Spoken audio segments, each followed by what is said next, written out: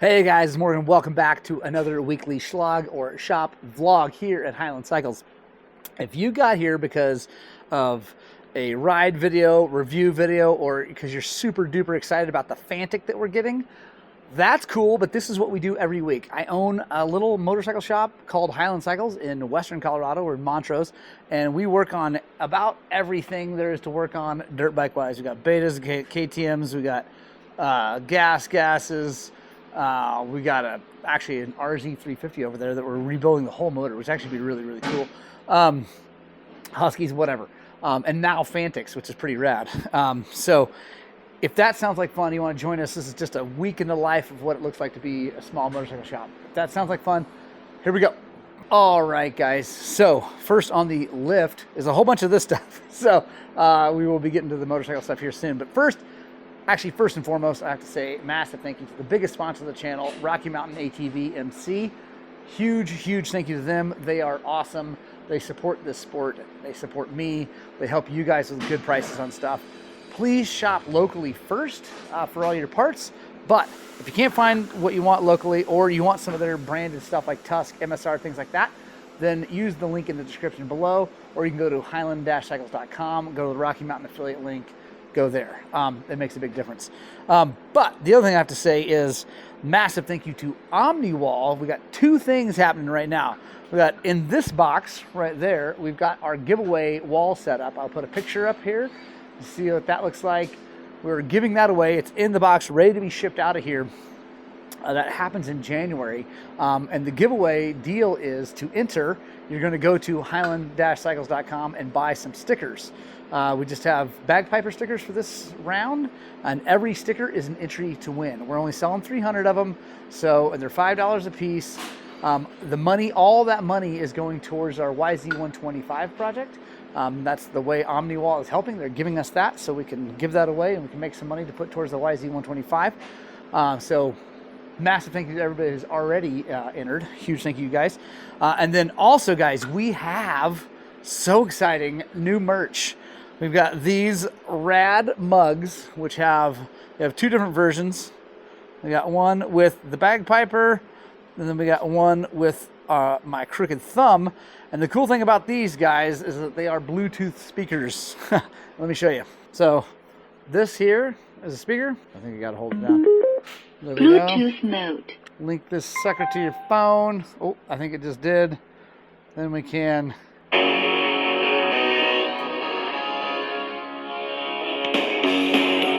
So that's super cool, and people have rightly been asking, well, what about washing it? Boom, comes off, you wash the mug, boom, you put it back on. So you could use this just as a speaker if you don't want to have it hooked to the mug. You can just use this as a Bluetooth speaker. Sounds great, long battery, all the things, right? Comes with the cord to charge it right here. Comes with a straw too, which I care less about. But yeah, really cool. They're $39.99, going to support us, just so you know. I mean, full transparency, trying to make money on that. That is a profit situation. But those are available right now. And here's a really cool thing. The guys at OmniWall are going to, in the first, I think it's the first 100 of those that we sell, they're going to pick one of them and put a special card inside. I'm not going to know. I will have no idea because there's shipping directly from OmniWall to you guys. They're going to take a card, put it in one of those 100, a random one, and that person, whoever gets that card, and I'm not sure exactly what it's going to look like, you'll know, it'll tell you that you're a winner, but whoever gets that card is going to win a free set of Tusk tires. So, and it'll be your choice, whatever, we'll figure out which ones you want, we'll ship them to you. So super psyched about that, guys. Yeah, OmniWall is really stepping up to the plate. Also, guys, very soon we're going to have our Highland Cycles OmniWall setup available for sale on the website. Anyway, that's enough of this salesman stuff. Let's get to it. All right, guys, next on the lift, or actually first on the lift this week, is this KLX140. It does not run right. It seems like it runs with the choke on the whole time, so it'll fire up. Let's see, I don't know if it will. Yeah, anyway. It's also smoking, which that can't be good. But anyway, fires up, doesn't run very good. Seems like I said, it acts like the choke is just on all the time. So we are going to take it apart and see what we can find. I checked, and when I pulled the choke, it does seem to be doing something. That doesn't mean it's actually doing something inside the carburetor, though. So let's get the seat and tank off this thing, get into that carburetor, and see what we can find. Come here and look at this. I don't know what any of this is. Do you know what that is? It was in there. It looks like mercury. Guys, I got to show you something. So there's this, and you guys, I don't know if you can, there you go, you can see it on camera. There's mercury in there. It's like it's a tip over sensor. It was in here. It would be like, you can see there's 2 wires in there, and when it touched, I can see it working, but then it would, but like if you shook, it would disconnect. I don't know. It's an interesting way of doing that, if that's what that is. And then we come over here. There's a box just hanging out. I don't even know. Things are getting interesting. So get this tank off of here.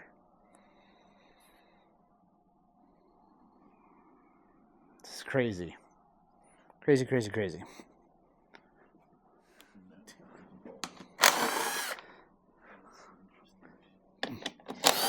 Did you consider buying any lever guns while you were at Murdoch's? Well, yeah, but so there's that, and then there's this. There's a CDI right here. All right, guys, I think I figured it out. I think this is an alarm that was put on here. So there's a switch here that allows you to probably turn it off and on. And then I'm guessing this is the siren. I thought it was maybe a horn, but it looks like it's a siren. This is probably so if you move it, it goes off. The problem, guys, is that means it's tied into the ignition somehow. And we got to figure out how to probably disconnect it all, because like there's just no need for that. Yeah, dude, it's totally an alarm.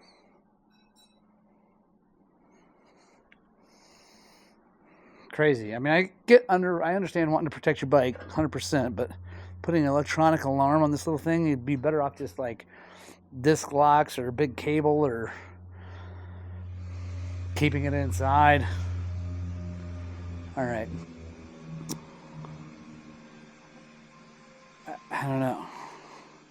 Starting to wonder about what it might be that actually is making it not run right. It could be that.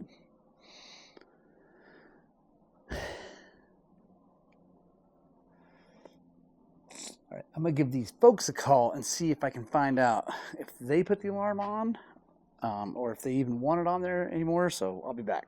All right, guys, so I just talked to the owner, and he said, yeah, yank it off. He had seen it. He didn't put it on. He had seen it, knew that it was on the bike. Doesn't feel like it works, and I doubt it does.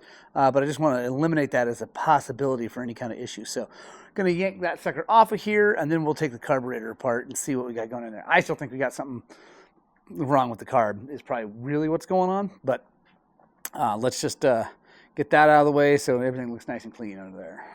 All right, guys, we've got everything back on here. We got that whole gnarly mess out of there. Ended up, there's some wires I had to reconnect because of it. Actually, the start button actually went through that little box, part of the alarm or security system. Anyway, got that all sorted out. I didn't bring you in because it wasn't that exciting. But let's check it out. See how we do. Clean the carburetor. There we go. The carb didn't really seem dirty. But I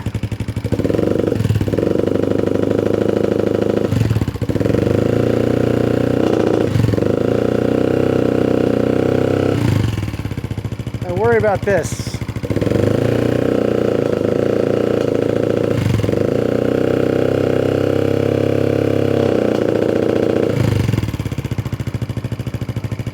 I Don't worry about that. That's smoke. And what I would say is a relatively excessive ticking coming out of this engine. Might not be super awesome. So, a couple more things to check here. I'm gonna check the oil level. I worry that maybe the sucker's just burning a ton of oil, and it's just not good.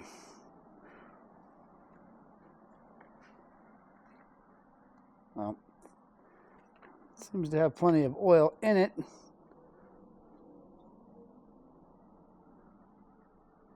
That's good, but it definitely smells like burning oil.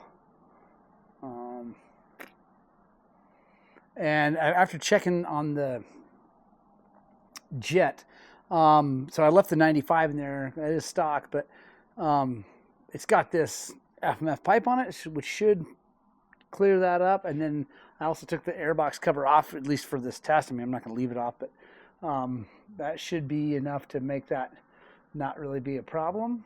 All right, guys, so it is still running like crap, even with the carburetor clean. I took the air filter out, and unfortunately, it's got that screen, so I can't really see in there, but this is awfully dry and not good. So that's not good. Smoke coming out of the back is not good. But I'm going to check the timing here real fast. So on these little guys, you can just pop this inspection cover, pull this cover off to move the crank, this cover, inspect to make sure you got it at top dead center. So let's do all that stuff real fast, and we'll see what we get.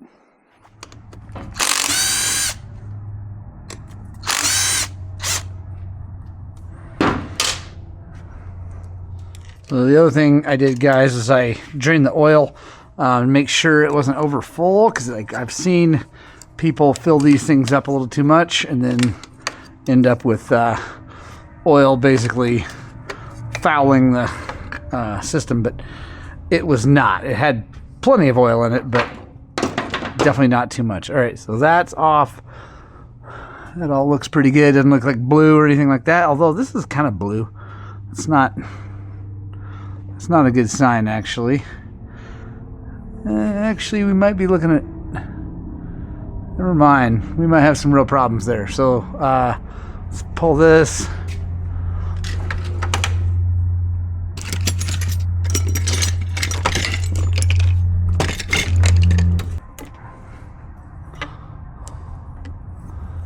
I'm going to get a flashlight, guys, and take a look at that, because that... Now that I look at it a little closer, that doesn't look phenomenal.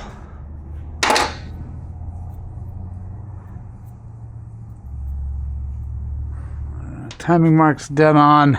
So that's top dead. That's right. So our timing is good. I was a little bit worried that maybe it had skipped time and it was off a tooth, and so you try to rev it and get any RPM, it would die. But guys, I'm super worried about that, because that definitely, you can see, if you look at that, see it got hot right there, which means that camshaft got hot, which means the bearing got hot. And the other thing I worry about because of that is the so what I've seen on things that won't rev is, not always obviously, but sometimes if you wear the cam lobes down, sit there and idle, and then it'll rev up. You know, when you try to rev it, it just can't breathe enough. It doesn't open the valves enough because the cam lobes are worn down flat. And so it seems like maybe that's what's going on here, because it's not a fueling issue. We're getting the burnt oil coming out the back, all those things. It just seems like that's what's going down here. So I'm gonna do one more check here. I'm gonna pop this tank back off, take these inspection covers off. We'll take a look directly at those cam lobes and see, because this person I don't think wants to spend a bunch of money on this, and if we go much further it's going to be a bunch of money. So let's get this to top dead, at least close. There we go. And yeah, let's take some stuff apart. I was a little worried about that. I can't really see in there that well. Oh yeah, Oh no, I can see it. Oh yeah, those cam lobes are junk. I don't know, you guys probably can't see it very well, but they are no bueno. Let's see if I can.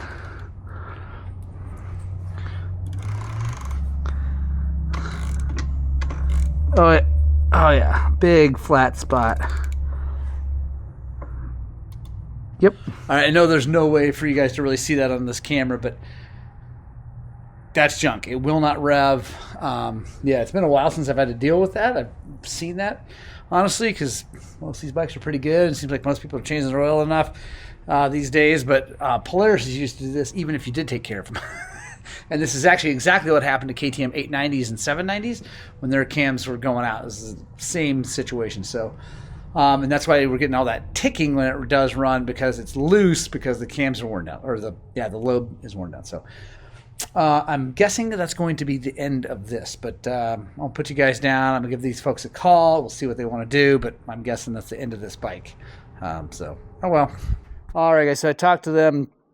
They were trying to make a decision. I looked at it. It's a $1,400 top end, because all OEM. I can't find anybody that makes non-OEM stuff. Like, well, maybe some of the stuff, but not a lot of it. And then that includes a new cylinder, which is it's like just under $400 for a brand new cylinder. Because boring, I don't know if you can. I think you can bore this. They do sell oversized. That would be relatively inexpensive, but we'd have to send it out, get it done, bring it back, because I don't have a boring bar. So anyway, yeah, it's like almost $1,500 actually for the full top end. So that's cylinder, piston, pin, clips, gaskets, cam chain, valve seals, cam, and rocker arms. Leaving the valves alone, because they're probably fine. I mean, obviously I have to take it apart and see, but they should be fine. Valve guide should be fine.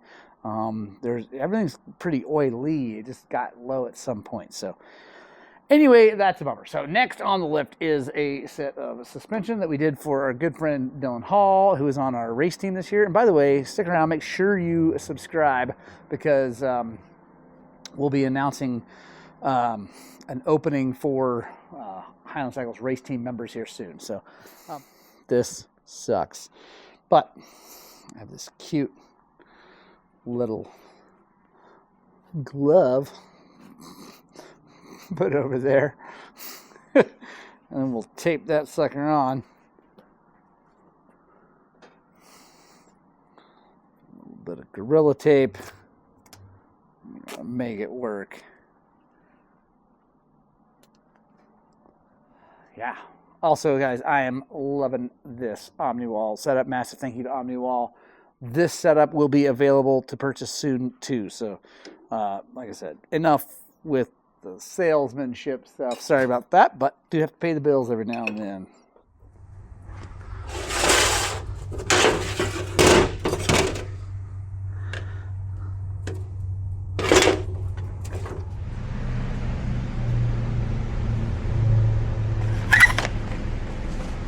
Yeah.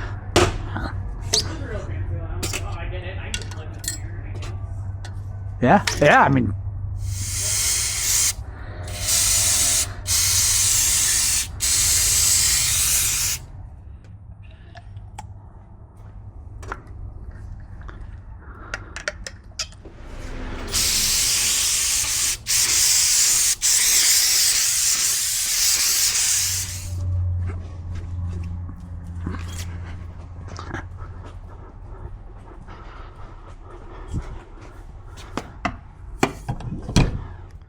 all right, guys, so I talked to these folks, and they want to take it apart and see how bad the cylinder is. I gave them that quote of around, I said it's around $1,500. That included an almost $400 cylinder to this. So let's take this thing apart and see how bad the actual cylinder is. My guess is it's not awesome, but you know what?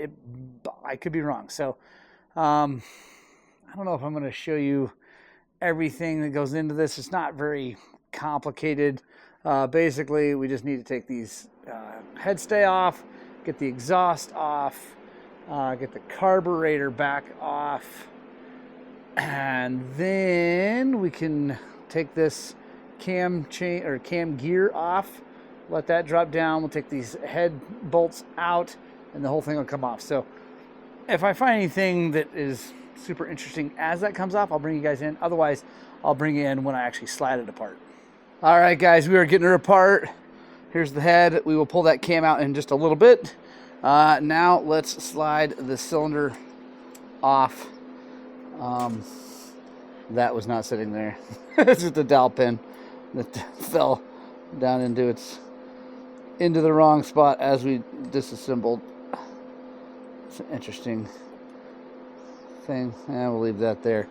So, dowel pin. Right. All right, let's look at this cylinder together. All right, guys, I'm gonna get the oil and stuff off of it, and we'll see if we can't get a good view in there for you guys. It's definitely not awesome. There you go. You can see scratches down in there. On that side, this side is just worn. It's not bad, but those scratches right there are no good. So they wanted me to take it apart, see if the cylinder actually needed to be replaced or fixed, and yes, it does. That will never seal up like that. So probably that is from the air filter being dry and cause it to do that, score that. Although, yeah, of course, yeah, that would, anyway, in my mind, it's not a two-stroke, but it still come through the valve. So, yeah, so that would cause that. Then that would maybe cause it to burn some oil, which then they weren't paying attention to. The oil got low, and then it did what we're going to see to the camshaft. Ah! I did not expect that. So the tappet, the adjuster, and the nut are just not on there. Wow. I can see the nut. No idea where the screw. They may have dodged a massive bullet with that, so that's crazy. All right, let's keep going here so I can get this. Got to get the tension off of those valves. I think when I was using the gun to get the bolt out of here, it rotated this thing, and so now there's tension. The cam is actually pushing on the valve, so I got to rotate that, get that dialed in to where it's at top dead center compression, so there's no pressure on either of the valves. Then we'll pull this cam out and take a look. Man, that was crazy. Okay. There we go. Now we got the tension off. Now I'm going to use an hand impact to bust those things loose, and hopefully we'll be able to just pull this cam right out.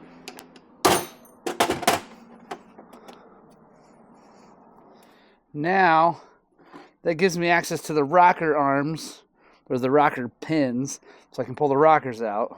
It might be seized in there from being low on oil. Now that the sprocket's out of the way, you can see how really hot that got. There's one.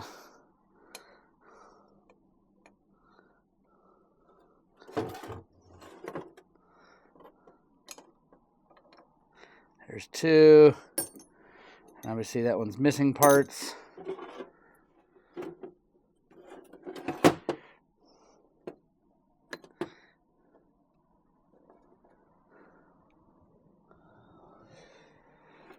Okay, now I gotta figure out how to get this out of here, guys. Start with these guys. Oh, there we go. Not bad. Oh, yeah. There we go, boys and girls. That is not what you want to see out of a cam. You can see the lip on that, so that's why she's not revving. And honestly, it's probably a good thing it didn't rev, because the parts that are floating around, there's one part. There's the nut. I don't know where the adjuster is. Well, I guess it, oh, nope, I found it. Haha, it fell out. I'm really happy that we found that because I was thinking the only other place could be, I don't think, actually, there's no way for it to get out of that area and then down into the bottom. So, boom, there it is. There it is. There's a blown up KLX140 for you. Doesn't happen very often, but it did happen. You can see these are definitely worn also, so that's why we need rocker arms. Pins look good. Honestly, when a 4-stroke gets low on oil, generally speaking, when a 4-stroke gets low on oil, the very first thing to go is usually the cam, and then it's the piston and cylinder, and then the bottom end.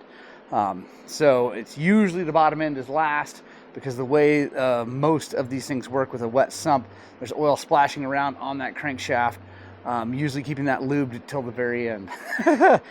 So bummer for these folks, but glad we found it. Oh, there you go. You can see the piston scored up right there. So seems like the crank looks pretty good. It's definitely tight, so I'm not worried about that, which is good. And these things are very, very durable. You know, I mean, they get low on oil, but the bottom end probably had enough oil to be okay. So looks good, looks shiny, doesn't look blue, so I think we're good to go. Guys, I'm going to shut this Shlog down. I love you. God bless each and every one of you, and I desperately hope that what we're doing here at Highland Cycles is inspiring you guys to work on, but more importantly, get out and ride your dirt bikes!